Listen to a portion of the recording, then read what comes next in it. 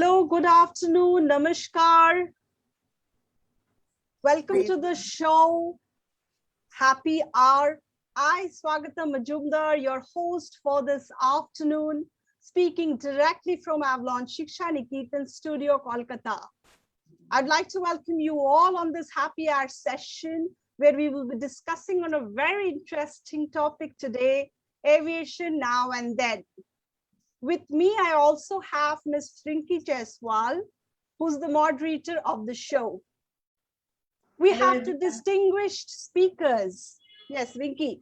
Yes, hello everyone, and welcome to the show, Mr. Shora and Ms. Mali. Thank you. We have two distinguished speakers from the aviation industry today, live from Dubai and Abu Dhabi, who have wide experience with multiple renowned international airlines. Before moving on to our guest, let's see a glimpse of what Avalon Shiksha Niketan presents. May I have the video, please?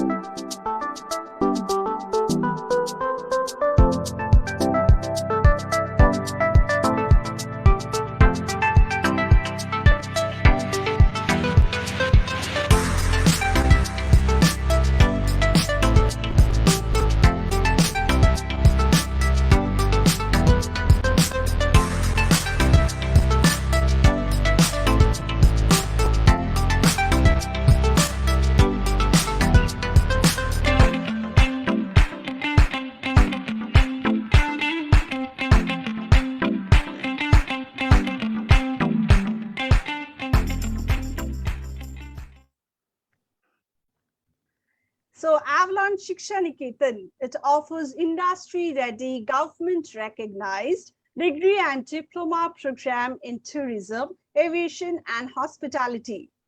For more information, kindly log on to www.avalonshikshaniketan.com, or you may also call on the helpline numbers 9564 940 800, 9564 940 700.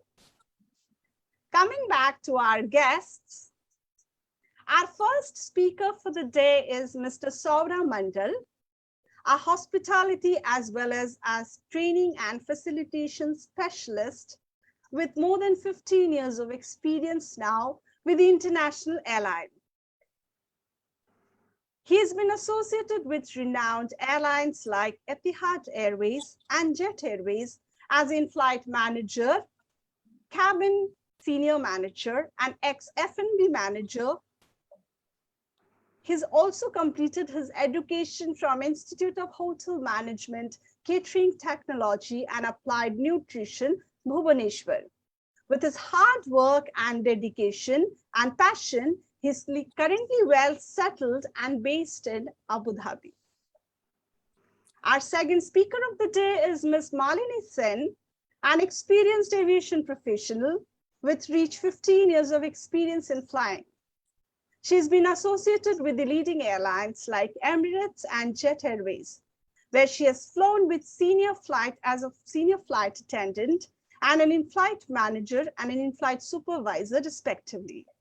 She's a very positive, hardworking, dedicated person towards her work, which has helped her in developing as a skilled individual over the years. She's born and brought up in Kolkata. Currently, she is successfully established in Dubai. She's also been a part of the peer program by Emirates Airline. So we heartily welcome you both on our show today. Welcome, Saurabh and Malini, on our show. Thank you. Thank you so much, Swagata. Thank you. So, Saurabh, if you could just take us through your journey, how you started and how it have been this 15 long years, your journey with the aviation industry. Honestly, yeah, definitely.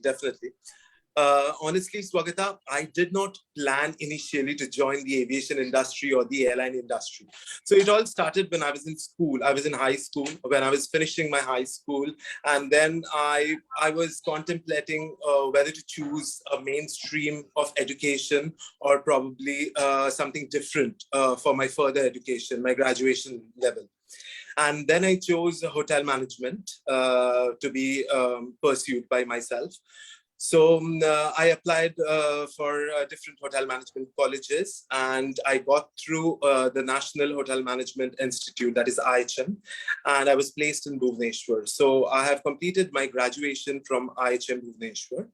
And during my graduation days, it was, since I was already into, like I was already pursuing my hospitality career. So that was the time when I was fascinated with aviation and airlines and being a crew, with this entire idea of flying and all that. But I never knew that it will happen to me. So soon after, when I was on the verge of completing my graduation, Jet Airways happened. They were conducting interviews and I got through Jet Airways. And that is the time when I started flying. So I was basically from Kolkata. I was studying in Bhubaneswar. So I came back to Kolkata, and then immediately I had to go to Bombay for my training to become a cabin crew. So the initial stage of becoming a cabin crew, the service training, the safety training, and then my initial flying, everything happened from Bombay. So this is how my career started. So it was completely something that I did not plan. But yes, it all happened. And then I was flying with Jet Airways from 2005 to 2013. And then I happened to get through in Etihad Airways. And then I moved everything to Abu Dhabi. Like my life was in Abu Dhabi from that time onwards. So that is how it happened. That's very exciting. Malini would like to hear from you as well, that, how it started and how was your experience with the industry? Well, same like Saura, I never really planned to become a flight attendant. It wasn't like a childhood dream or something. However, just after I finished my, school, after class 12, the final exam, there were a 3 months gap between you start college. That 3 months, my mom thought it's a good idea to do some diploma courses. So I joined Franklin. And just as a mock-up interview, they were sending us for an interview to Sahara. And at that point of time, Sahara had an age criteria of 21. I think, yeah, they always had this age criteria. So I was very excited about the beautiful, gorgeous uniform they used to wear. So I went for Sahara interview and I saw the flight attendant over there. Obviously, I wasn't eligible because I was still 19. I wasn't really eligible as per age. So when I saw them, that's the time I actually realized, okay, this is something I think I would like to do. It's not just because how they looked, it's how they portrayed themselves. They were so confident, so gorgeous, and the way they spoke. So after that, there was Jet Airways interview, and their age criteria was 18 plus. So I was like, okay, this is my shot. So I just went for it along with a few of my other friends, just for an experience, still not completely prepared to actually start working. However, I just got through the interview on the first go. And when the opportunity knocked the door, I was like, okay, I have to open the door. I can't just sit and wait till I finish everything and then join after 3 years. So yeah, that's how basically after school, I started going to college. I did it in, distance study. However, my life just started there along with being a flight attendant. And after finishing 2 contracts with Jet Airways, same journey like Saura, Bombay first and then Kolkata. And then, yeah, I got a job in Emirates and that's it. Then, the flying has been amazing since then. And yeah, that's how I've started and that's how it's going so far. I think every flight attendant would agree, but that flying, the journey of flying, this job, it's like amazing. Once you're a cabin crew, once you're a flight attendant, you're always a cabin crew. Like you cannot get that thing out of your system. True. I strongly agree with this because I was also into flying, for long. So I truly agree with both of you in this regard. Yeah, true. Okay, so coming back to our topic, we have already told our viewers that today we'll be discussing on a very interesting topic, aviation now and then. So Saura, if you could just tell us, because you've been flying since long, you have started your career since long, how air travel has been different from earlier times to recent times? There has been a dramatic change. It's been a drastic change from the time aviation started initially and what aviation in today's world is in 2021. So aviation, I'll just give you a brief history. I mean, most people who are aspiring to be cabin crew or who are already into this aviation industry, they have a fair idea of how this air travel, air transportation, everything started. So it was during World War I and then World War II that they used to transport injured soldiers and dead bodies of soldiers from one place to the other. So injured soldiers and all, they would be transported from the battlefield to probably hospitals or probably nursing homes or probably nursing camps and all that. So at that point of time, the crew, the cabin crew, there was no concept of commercial flying, no cabin crew, no food served on the aircraft, nothing. So it was just basically used for all these injured soldiers to be transported from point A to point B. So those days, if the journey would be probably for like 1 hour or 2 hours or 3 hours, so you have to have an attendant, somebody who would take care of those injured soldiers. So it was basically nurses who were appointed to take care of the soldiers on board an aircraft for the duration of the flight. So that is exactly the concept that we have today, the air hostess or flight attendants being very compassionate, being very caring. We always think that a flight attendant or an air hostess is a female figure. We always have this thing in mind. So this entire concept, this idea started from those days. It was those nurses who were very compassionate, very caring, who would care for the soldiers on board the aircraft. So that is how it started. And then after many years, commercial flying came into the picture, and it was commercial flying. So people would travel for pleasure, for leisure, for vacation, for work, all these things. But the flying that used to happen back then, or the flying that was there when I joined, Malini joined, because Malini and I, we are friends, and we joined Jet Airways almost at the same time, 2004, 2005. So the flying that used to happen in 2004 or 2005 and the flying that happens now in 2021 is very different. Those days, if you remember Swagata, if you remember Malini, we used to get tickets which were like the size of a book. True.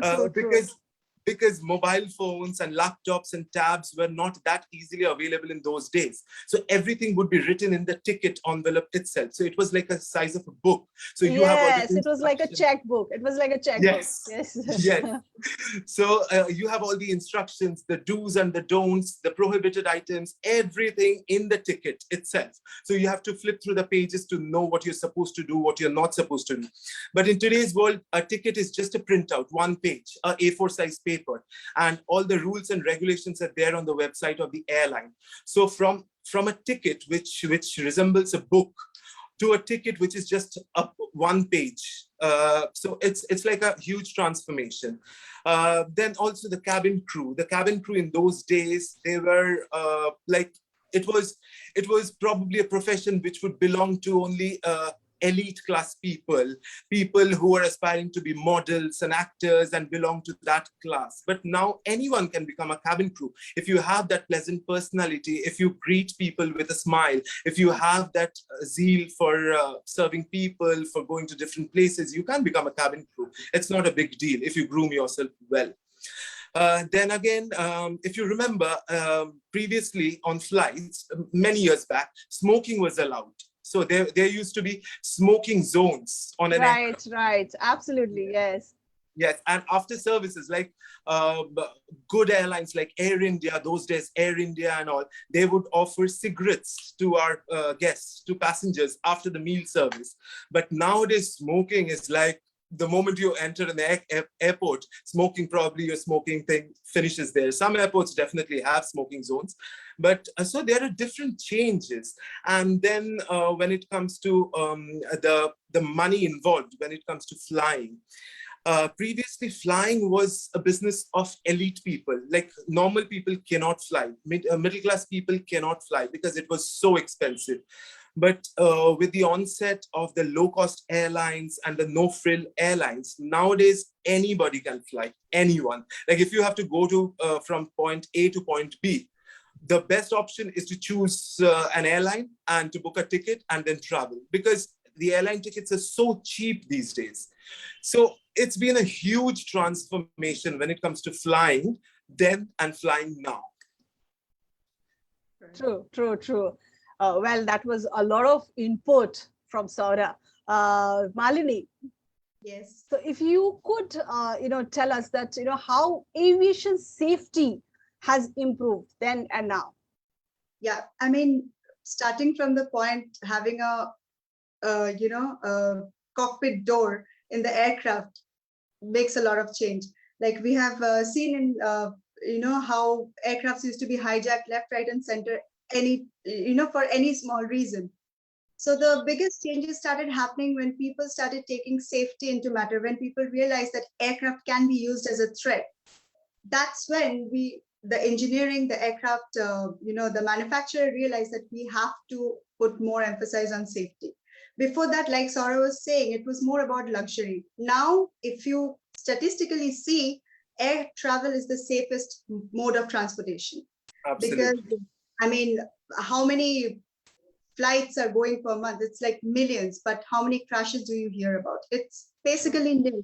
I mean, if you read about the statistics, which I was trying to figure out, from 2019, we had 52 crashes in the whole year out of, I think, around 3 billion flights taken up.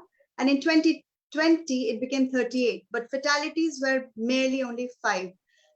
Okay, considering 2020, we didn't have much flights happening, but even then the ratio, if you compare, it is way less than what used to happen a few years back.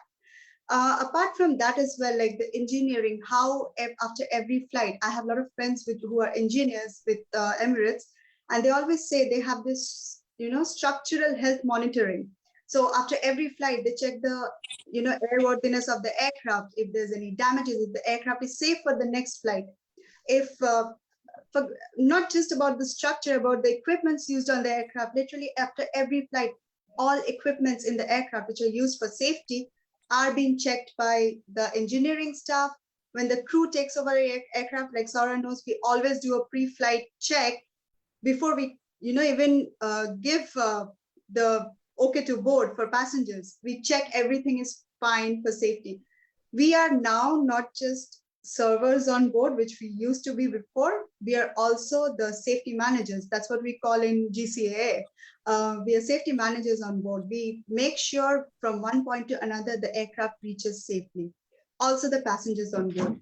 There are a lot of changes happening, considering like now, if you see, like we used to have tickets and how people were carrying passports, the modes of identification was only basically looking at your face and the boarding pass. Now you're getting artificial intelligence, you're getting biometrics involved. The technology is so advanced that it is becoming more and more safe for us to basically travel by air. If you consider about, how the satellites positioning, the flight radar, they are so accurate, the chances of having mishaps are very less. So all these things, considering all these things which we didn't have even 15 years back when we joined, it's a huge leap. Like smallest thing like having Wi-Fi and telecommunication on board. I mean, yes, for passengers who are traveling, it is another way of communicating on ground. You can be busy on work. But if you think about safety, I mean, Saurabh will agree, the telemedicine, when it started, the telecommunication, it helped cabin crew so much. It's Exactly. Equipment to connect to the doctors on ground. If someone's on sick, sick during the flight, someone delivering a baby, you have help from on ground. We are first aiders, yes, but we are not doctors. But there are people who can help from on ground if you don't have the doctor on board. I still remember in jet airways, we used to memorize the paging for doctor announcement because yes.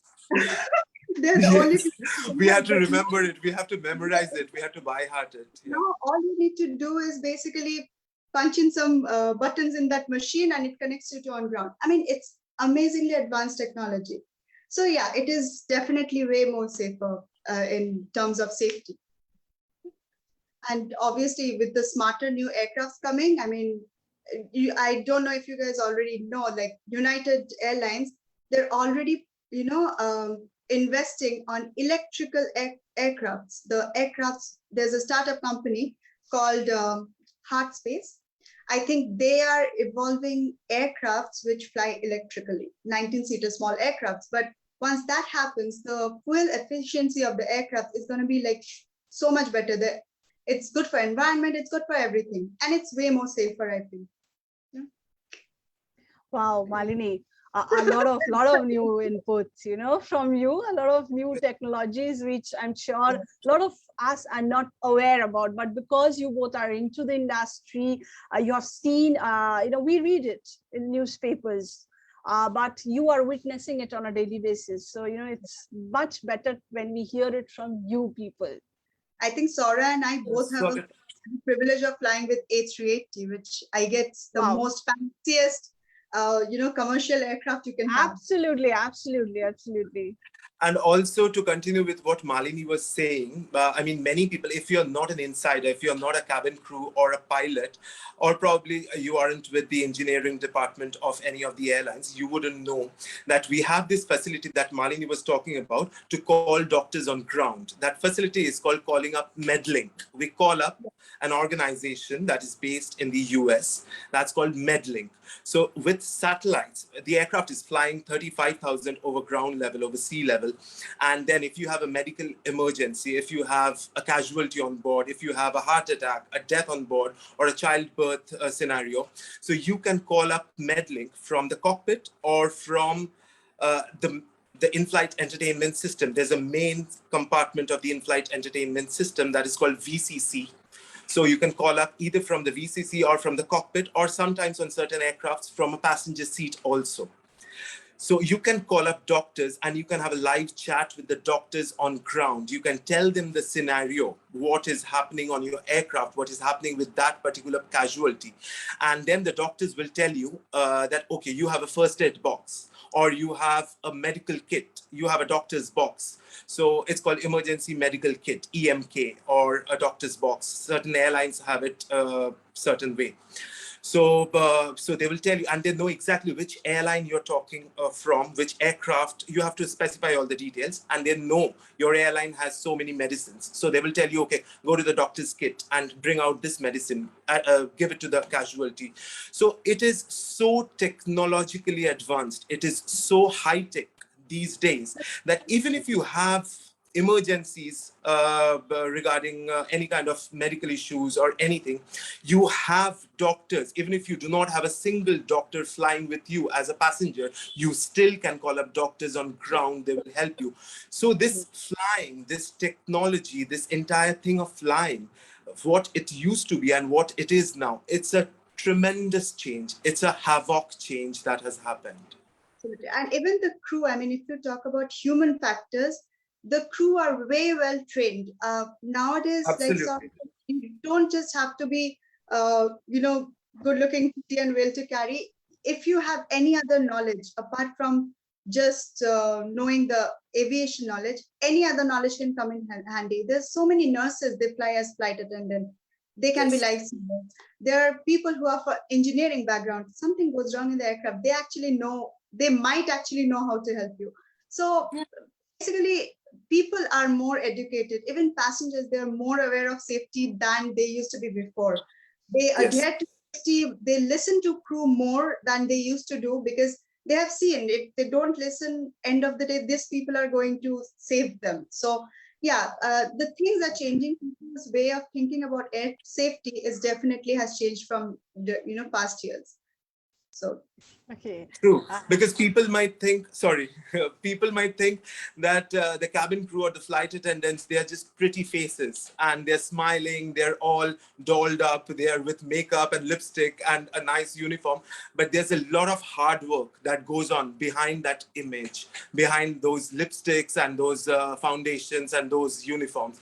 There's a lot of safety training, first aid training. You have to undergo a lot of training. Once you successfully complete all all those trainings, that is the time when you are a certified cabin crew. You are a licensed cabin crew. And every cabin crew, not many people know this, every cabin crew is a certified and a licensed first aider. So True. it's not just on an aircraft that we are to perform our first aid duties. If anything happens in the middle of a road, in our homes, anywhere else, we are certified first aiders. So we are certified to perform CPR, to do a childbirth. We are certified to take care of heart attacks and different other medical conditions. Right. Absolutely. Okay, I agree. actually, Swagata, I just wanted to ask one question, no, from Yes. you know, Yes, that please, if Rinki. you have faced any of your that no emergency situation at flight. Can you share me your experience regarding that? If you have any faced such emergency situation? Oh, Yeah, medical emergencies here and there. Medical Medical emergency, emergencies, yeah. part of our life. Medical emergency, I think there was a slight smoke situation in one of my flight. It was really overhyped, but then, the moment you hear the smoke alarm, you panic. I mean, no matter what happens, how well trained you are, how many, fire extinguisher you have, you will panic when you hear the alarm. We all panic, but to be honest, it was under control. It was some passenger not taking it seriously and smoking in the toilet. But yeah, these small stuffs, they are so well managed by the cabin crew because they're so well trained. Even if it sounds like a big deal, smoke in the aircraft, but it's actually very well manageable. So yeah, I guess there would be a lot of them like death on board, and true. they True. happen. Absolutely. With international sectors, you have much more flying hours, and you cover much more A lot. sectors. You A you lot come of flying across hours, a lot of a lot of long people flights. daily. Yes. So chances of facing emergencies are more. Okay, Saura. So I would like to ask you that what are the benefits of working in the service industry? Because today there are a lot of aspirants, freshers who are looking forward to your interview. So if you could just give them an idea, what are the benefits apart from a high-paid salary? What are the different Okay, if you other ask me benefits? that question in one word, I can say it's unbelievable. The perks, the benefits of being a cabin crew, it's literally unbelievable. And especially if you are a cabin crew of an international airline, probably a Middle Eastern airline, the benefits are unbelievable. Yes, everyone knows that cabin crew, they're paid really good. Like the salary is really good. Apart from that, I'm not even considering that aspect. So taking that money part away, being a cabin crew, it's like you get to live a life of dream. I mean, it's a dream life that you're living. You are getting up every day, definitely on your working days, not on your off days. You're getting up every day and you're getting ready to go to a new destination. You go there as per your airline's layover timing. You stay there for maybe 1 day, 2 days, 3 days, 4 days. And those 1 day or 2 days or 4 days, they're all yours. So you can do whatever you want to do. You can go out shopping, you can go out sightseeing, you can go and eat nice dinners and lunches, you can go out partying with your friends. So imagine one day you're partying in London, the other day you're partying in New York, the other day you're partying in Tokyo, and the next day you're partying in San Francisco. It's like a dream life. Not everyone can do that. So it is all because of the job that we are into, Malini and I and many others are into. You have also been a part of airline industry, so you know that, Swagata. So it is a dream life that you actually live. And then when it comes to our airlines, like Malini's airline and my airline, we get like a fully furnished, luxurious apartment from the airline that you do not have to pay for. The electricity of that apartment is paid for by the company.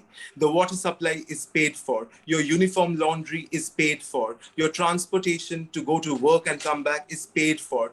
So everything is taken care by the airline. You are earning money. You're going to different places. You're meeting so many people. You are working with people of your age group who are very friendly, who are nice, who you talk to, and you make friends with them. And then you are actually having a nice time. When you're off, like on your off days, when you're not flying, you have your set of friends who you go out with, or maybe you're at home just spending time with them. So it is really, really nice being a cabin crew or a flight attendant. The life is like a dream life. You actually live a very nice life, like a very, very, very nice life. So I'm sure Malini would agree. Yeah, quite I'm sure Malini exciting, would quite agree. exciting, you know, It is quite very exciting. It is actually very exciting. Okay, so Malini, coming back to you, what are the challenges of working in the service industry? Let me be more precise. Like today, we have a lot of viewers with us, and we also have a lot of parents watching this show today. So, you know, from their view, I want to know, because I have seen a lot of parents are worried that how safe is this industry for the girls? You being a lady, you can tell us in details, because there are a lot of parents who are really worried that, you know, will it be safe for their girls to leave their home and be financially independent, because safety comes in their mind. I would like to say the only challenge you might face when you're being a cabin crew is basically compromising on your family and social life, because there are a lot of times it will happen. You have events at home, or you have some family coming over, but you have to go for a flight. Apart from that, till now, I personally haven't faced any other challenge. And for parents, the only thing I would like to say, it is, the airline is basically, it's another job field. I mean, if you are confident in how you carry yourself, if you know how to take care of yourself, it is as safe as going to your office. So yeah, earlier I know that, I mean, people had this idea about people not taking the women seriously, and yeah, not giving enough respect to what they deserve.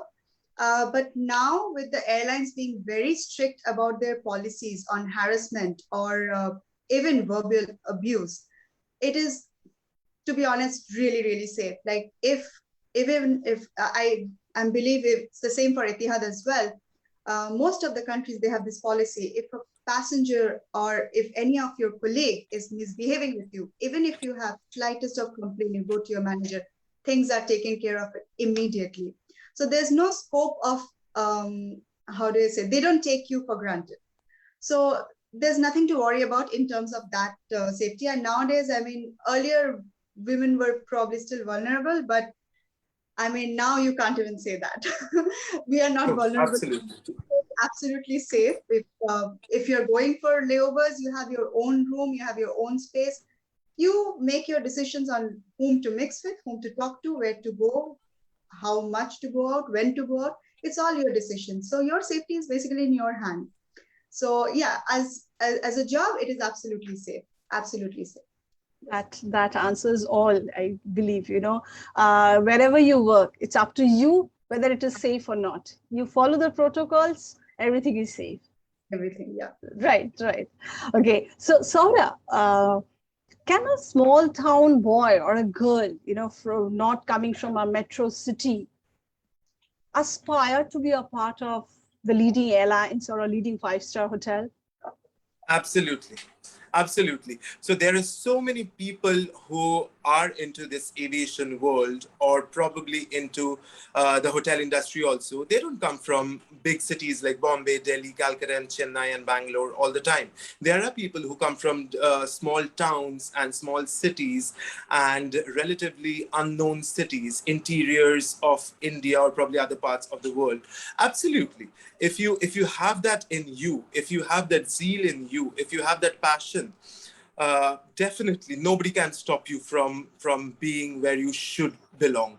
So it really doesn't matter where you come from, whether you come from Mumbai or you come from some remote area. It all depends on you, how well you want to carry yourself, how well are you taking care of yourself in order to join an aviation industry, or probably in order to become a part of a 5-star hotel or the service industry or the aviation world. It all depends on you.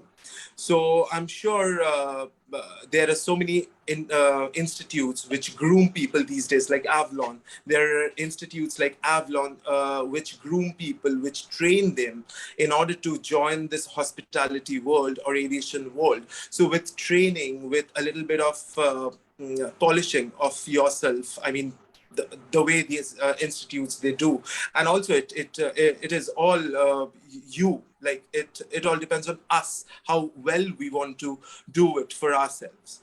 So it is absolutely it is possible for small town people to join the aviation industry, airline industry, or five-star hotels. Quite motivating, I'm sure a lot of people would get inspired from that.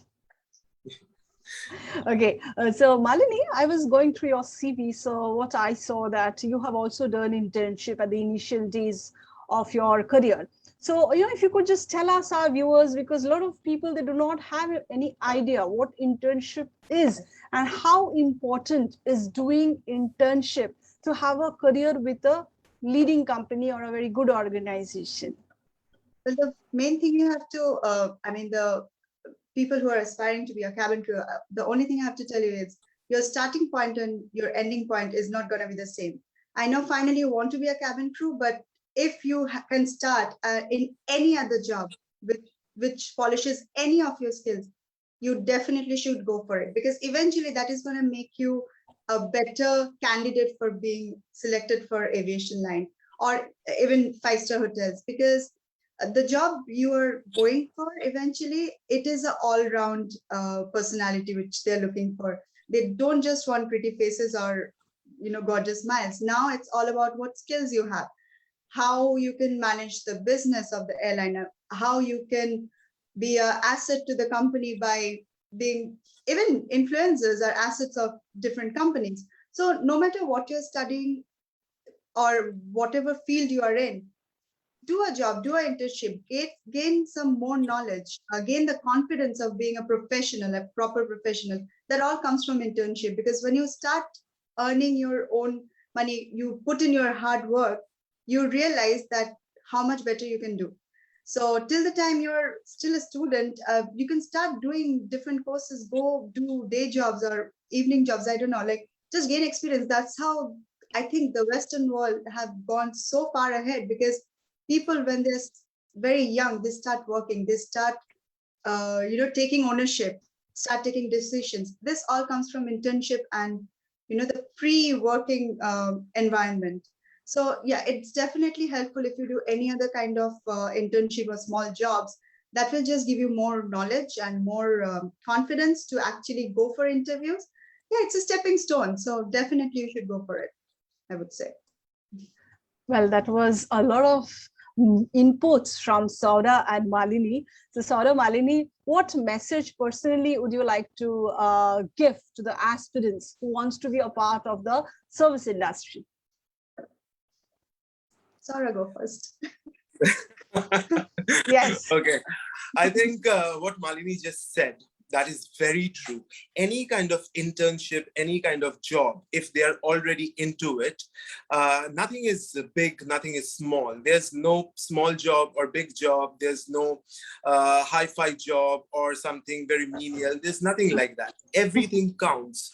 What matters is how much experience do you gain out of your present job or your present internship or whichever course you're into, and how much of that experience can you put into your job of your later half. I mean, if you're aspiring to be a cabin crew or join five-star hotels. So if you're into some kind of an internship or some kind of a job already at present, so how much experience can you gain out of it, and how much of it can you put it in your next job, into probably the interview session that is lined up for you.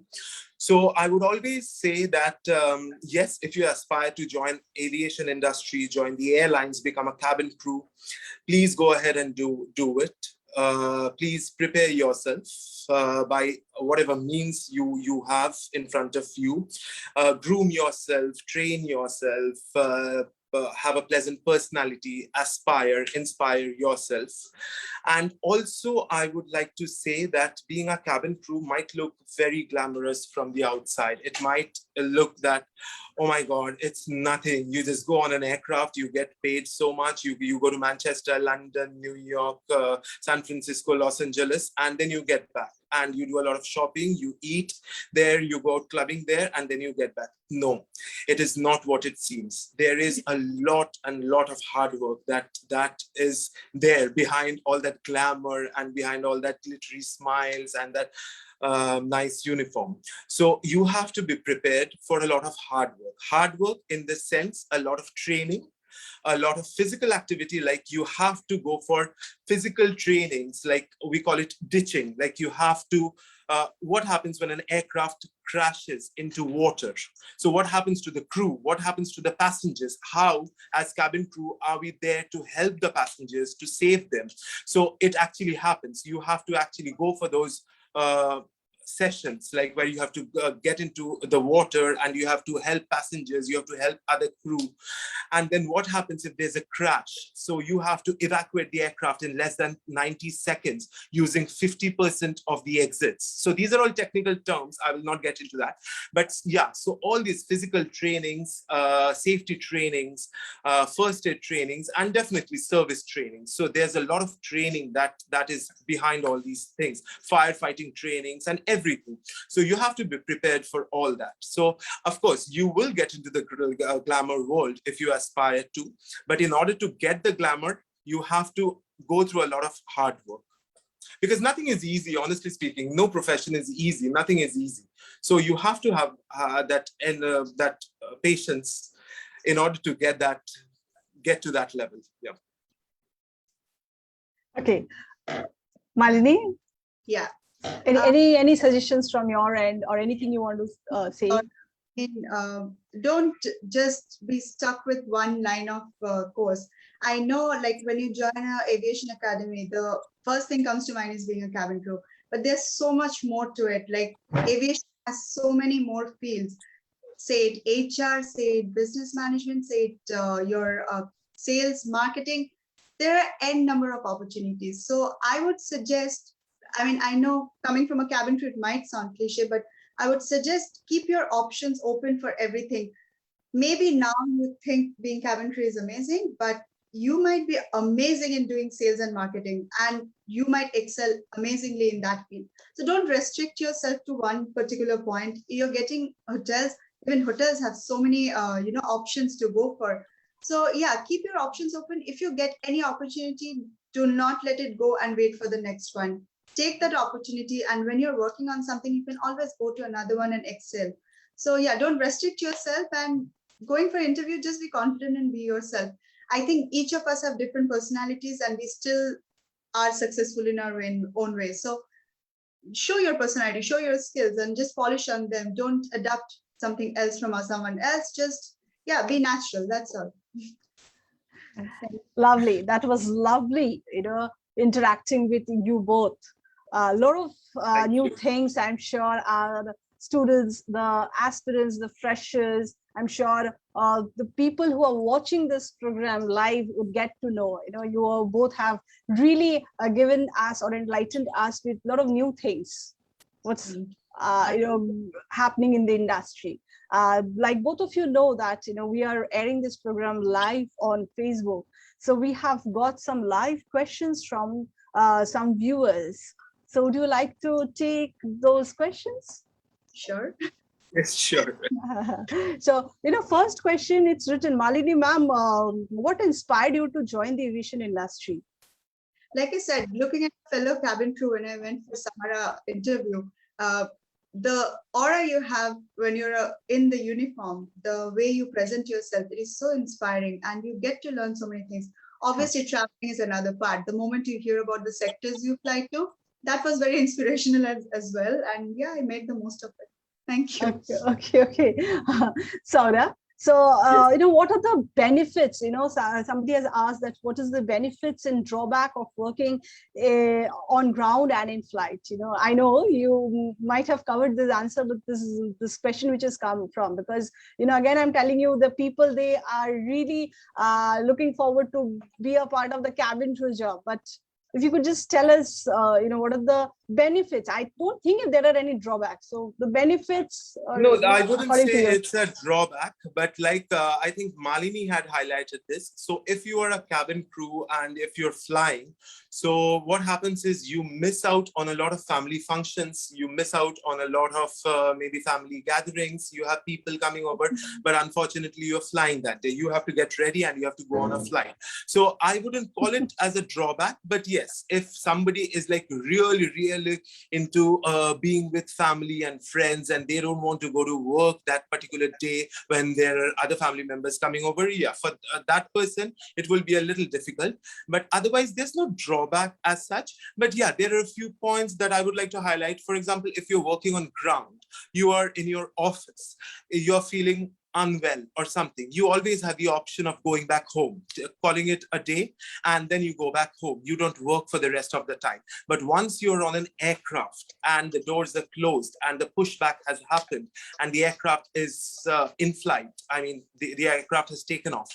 So even if you are sick or whatever, the most what the other crew members or the captain or the cabin senior or the cabin manager, whoever is the deputy or the in charge of the cabin crew, they can decide is they will make you sit somewhere and you will not work for the rest of the flight. But unless it's a very severe thing, the aircraft will not divert and they will not open the doors for you to go out of the aircraft and then they will again take off. No, that will not happen. So yeah, these are a few points. But this is not a drawback. This is a part of this aviation world. And trust me, in my 15 plus years of aviation, it has never happened that some cabin crew has become so sick that we had to literally land and we had to get rid of the cabin crew and then we would take off again. It has never happened. Once you're into that system, it automatically comes to you. So you automatically have that thing in you that, okay, once you are into that mode, once you have switched it on for you, you have a uniform on and everything, you just go for it and you are good. You're good to go. sorry, Absolutely. I did not hear Absolutely. True, Saura. I agree on that. So Malini, one of the students is asking that what are the travel hours in a week, ma'am? In a week. So basically, there's a limitation of hours. So in a month, maybe, it used to be different in Jet Airways. It was slightly lesser because we used to have shorter flights. But when we came to Emirates, we have longer flights. Over here, in a month, you can maximum do 125 hours, isn't it? Yes. Yes, 125. Actually, manage according to weeks. So maybe in 1 week, you're doing an ultra long sector like Dubai to Auckland, which is like 16 hours each way. So is it the longest flight that you have? Yes. Like, which is the longest flight? I would like to do that. That's a direct flight to Auckland. So yes, 6 hours you're in the aircraft. So basically that's 1 whole week taken, going there, staying for 2 days and coming back. Then it will be like around 30 hours in a week. But eventually we always ended up doing around 100 hours when the flying was like going full flight. In a month. In a month. So in aviation, it is always calculated. Most of the times it is calculated as per month. Right. So you get at the beginning of a month, I mean, the previous month by the 24th or the 25th of every month, you get a monthly roster for the next month. So you get to know the entire month, what all flights you have, what all off days you have, where are you going, how many days are you staying there, when are you coming back. So you have this monthly roster. We call it roster. So once you get that roster, days. I mean, it depends. If you have a very short flight, you might have no off day the next day and you go for another flight. But if you have a super long flight or a layover, you might get 2-3 days off after it. So it's not a fixed schedule at all. So yeah. Absolutely. Yes. Right. So the last question, it is for Saura. Somebody is asking that, Saura sir, what questions were you asked by the interviewer when you joined your first job? You know, I know it's too long. That was in for you to 2005. remember, That but was you can in understand. No? 2005. This, you know, there are a lot of freshers. You know, for them, it's like, what will I be asked in an interview session? So I think thinking about that, this student has asked. I have to say one thing before Saura starts. You know, one of the backdraw about flying is your memory loss after flying for 15 years. You don't remember. True. True. So I think that answers all. That answers all. Okay. Yes. But I would like to ask Malini. I would like to ask Malini. Mali, do you remember your your interview question of Jet Airways when you joined Jet? Because I don't, but I'm sure it was something like this. One bit. It was something about. It was something about how to handle a complaint or something on board, like passenger complaint. Yes, true. I'm sure you have been given some situational handling questions, maybe. You know. Okay, so that was quite a lot, and thank you so much, Saura and Malini, for sparing your valuable time and sharing your views today. I'm sure it would be of great help to the aspirants. On behalf of Avalon Shiksha Niketan team, would like to thank you both once again, and I truly appreciate your presence on the show. Thank you. If you Thank could you add so anything. much. Thank you for having us. Thank you. Thank you for inviting us over. Thank you. Rinki, anything you want to say? Rinki, you are mute. You are on mute, Rinki.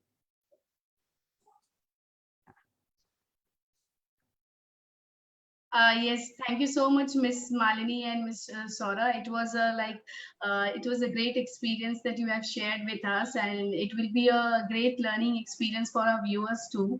And it will also motivate the students who have been keen interest in the aviation field. And it is honored to have you with us on our happy hour show of Avalon. So, and special thanks to the Miss Swagata Majumdar to be as a host. So thank you so much. That's an honor. That's an honor. Thank you, Rinki, and really appreciate your presence, Saura and Malini. It was wonderful to have you today. Thank you so much. Thank you. Well, that was an informative and interactive session with Mr. Saura Mandal and Ms. Malini Sen, live from UAE. I'd like to thank all the viewers present on our show today. Special thanks to Ms. Rinki Jaswal for moderating the show. Stay tuned for our next session where we bring experts from the industry live for you all. Till then, stay safe. Thank you. Take care. Keep well. Bye-bye. Namaskar. Bye, everyone. Namaskar, everyone.